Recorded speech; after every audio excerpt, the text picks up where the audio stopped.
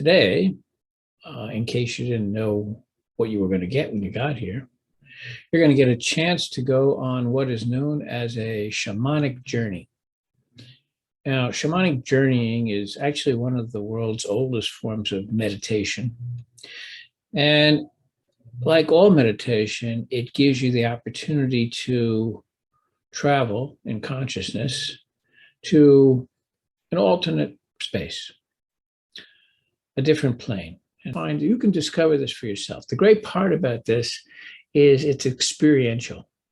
You don't really have to accept any of this on the surface. Now, admittedly, shamanic journeying has been done by peoples for as far back. It probably is the oldest religion, the oldest form of religion. But basically, the shaman was the person who was kind of the protector, the Merlin, if you will, of a particular tribe or group of people. It was somebody who could alter their perspective and journey into these parallel realities with the intent of helping harmonize issues in the tribe and in the group, the family group or the cultural group that the shaman was a part of, possibly healing. As a healer, shamans their primary mission usually is healing. The healing of the tribe, healing of individuals from illness, where it is some imbalance in a person's bioelectrical system that is really resulting in the illness or trauma in the body. So this is a very exciting process. It's very powerful. And it is not totally without risk, because you're going to be going on an adventure into a place where you have not traveled before. And however, the thing about it is all going to be in your mind. In other words, it'd be your consciousness that is finding this spot. So for today's journey and any future ones you do here, we're going to start first by thinking of a place in your mind, a past experience or an image that comes to you of a place in nature that is particularly welcoming, a place where you felt good, where things really felt right and you experienced a sense of the beauty and awe and wonder of this universe that we're all part of. I invite you to take a journey and experience this. It's very simple. It's very simple. And, I would recommend before you start, find a nice quiet space. And ideally, if you can even have some kind of create like a sacred space for yourself. In other words, this should be very much like your own little private place to explore consciousness and explore what's out there. So that'd be very good. If you could find a particular space. The main thing during journeying, you're going to want to make sure you have a spot that's quiet, where you're not going to be disturbed, where you can have half hour or so to not be disturbed and to just be involved. Your vehicle for this journey will be a drum beat. Now, this is very traditional. There are basically drum and rattle are the two key forms of stimulating the brain or entrancing consciousness, normal consciousness, to get in sync with this level of reality. You're actually going to be, as in all meditation, you're going to be transported, shifted in your perspective. Just through altering the brain waves. And what the drum does is the drum will synchronize your brain in a way. It slows it down. So you're at more of a theta brain state, which is a more subtle, softer level. And at that point, you will start to be able to have glimpses of another reality. Now, it's going to be behind your closed eyes, but what you may very likely find is that it will be like a movie, very much like a dream. very much like a dream, except the difference is it will have more of a tangible sense to it than a dream. I think you'll very definitely have a feeling that it's really real, and you'll be a lucid dreamer in the sense that you'll be able to control it. And unlike in the dreams when you're asleep at night, those dreams, often you're just a spectator. You're kind of watching the dream develop and going along for the ride. In a shamanic journey, you're going to go very specifically to get answers to questions. Find different things that you can find useful that may be buried in your consciousness, or that are accessible if you tune into a larger kind of global consciousness, but may not be normally accessible to your local consciousness as who you are as an individual. So it's going to give you a chance to open up. So it's the drum beat will be your kind of magic carpet, or your vehicle to fly into this altered viewpoint, altered sense of the world. Now, I would recommend a couple of things. First, initially, you should just go and try to locate your sacred garden. And once you're there, explore it, see what's there. And if there are things that seem out of place, you can try to figure out ways to tend them. And you'll find that if you discover something that really is uncomfortable, you don't like, that as you explore and figure out how you can remove that, you'll very likely find that you have helped remove some impediment in your normal waking state, day-to-day life as well at the same time. So, but we'll get more into that. You can get more into that later. For now, I want you to go and work on finding your sacred garden, see if you can find it. And possibly, if not this time, for the next time you do a journey, what you want to do is see if you can find some of your helping spirits. All of us have spirits that are kind of maybe alternate elements of our personality, or who knows? Who knows really what they are? But you may find that you have helping spirits. They may be animals. They may be mythical creatures. Really could be anything find there. So anyway, you'll find this on your own. I'm just really kind of giving you little ideas. And the main thing is, this is something to have fun with. And also, like any meditation, it's an opportunity for your system to rebalance.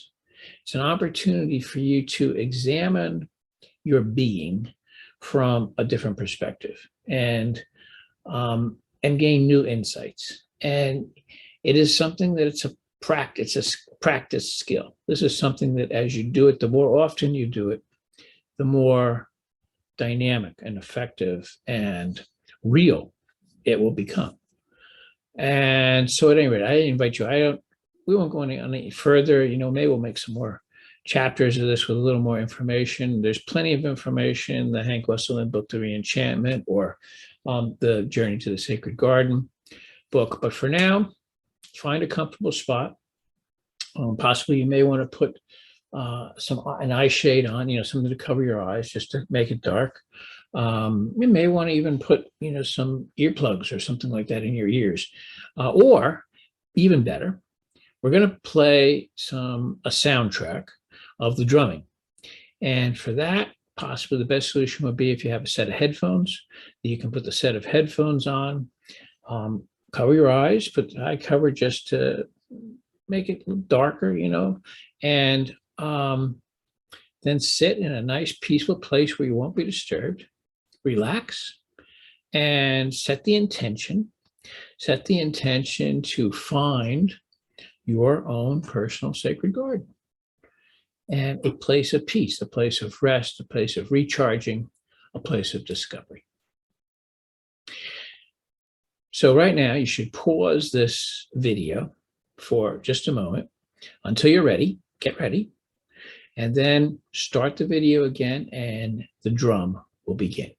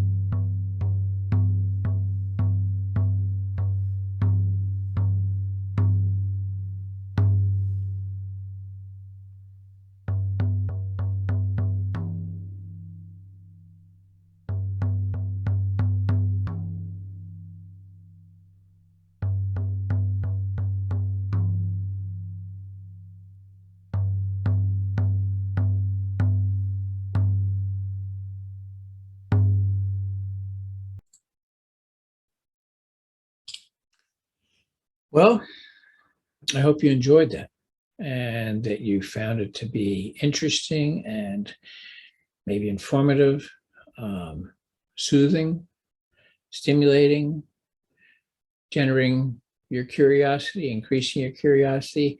If not a lot happened, don't worry about it.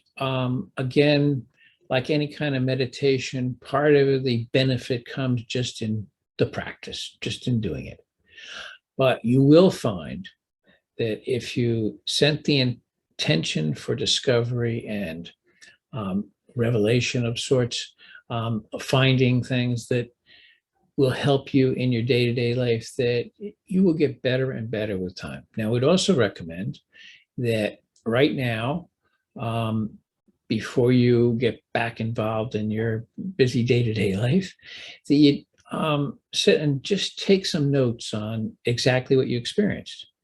And just do it in shorthand very quickly right now. And later, I would recommend going back and maybe elaborating a little bit, because you may very well find that with a little time passing, that more of what you experience will become clear. You may, remember more nuances, little details that you hadn't really picked up on before. And because it's very much like visiting a new place and experiencing some of the things that are obvious. And then if you think back on it, you'll remember little details that maybe didn't stand out initially. So that's all very important. But at any rate, again, I hope you enjoyed this. I hope you take some notes. And again, I recommend doing this on a somewhat regular basis, and explore. And if you would like to get more information on different types of journeying, please, get in touch with me. We'll look forward to doing some future sessions. Certainly do one where you look for your, see if you can find your spiritual helper, spiritual guide. That you'll find very useful. I know that I have a couple that are kind of always, I feel I always have my back. Just kind of there, and also like a trusting friend that I can talk to anytime I want, which is kind of nice. So anyway, you'll see what you find. For everybody, it's going to be different. It's going to be your creation. So enjoy and go out and create a lot of wonderful adventures for yourself and those that you're surrounded with. So thanks.